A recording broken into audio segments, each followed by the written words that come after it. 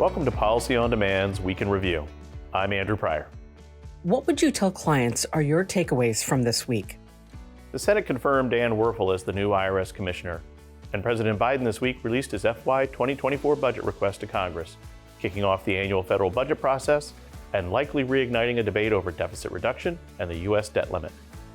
Through a combination of tax increases and spending reductions, the president's budget proposes to reduce federal budget deficits by nearly $2.9 trillion over 10 years, extend Medicare solvency by at least 25 years, and fund administration policy priorities such as childcare, education, healthcare, and housing.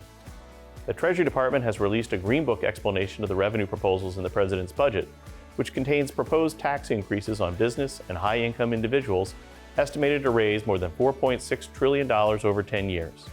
This includes raising the corporate tax rate, increasing the excise tax rate on stock buybacks, and adopting U.S. international tax reforms to implement the OECD Pillar 2 agreement on a 15% global minimum tax. Many of these revenue-raising tax proposals were included in prior year budgets, but were not enacted during the previous Congress when Democrats controlled both the House and the Senate and can use budget reconciliation to enact tax law changes over the objections of Republicans. With Republicans now in control of the House, these proposed tax increases are even more likely to be blocked. Which question related to policy did you get asked the most, and how did you respond? The question I got asked the most this week was about congressional reaction to worldwide implementation of the OECD's Pillar 2 global minimum tax. My response? Republicans continue to oppose the OECD global tax agreement, especially the undertaxed profits rule, or UTPR, and the treatment of U.S. tax credits and incentives. Ways and Means Chairman Jason Smith has threatened retaliatory countermeasures against countries that impose the UTPR on U.S. companies. Democrats privately have raised similar concerns about the treatment of U.S. tax credits and incentives, with Treasury, which is actively seeking additional relief to treat transferable credits as refundable credits. The president's budget also continues to call for a mechanism to ensure U.S. taxpayers continue to benefit from U.S. tax credits and other tax incentives. Where should companies focus their attention in the coming week? Over the next few weeks, cabinet secretaries and other senior administration officials will testify before Congress on the president's FY 2024 budget.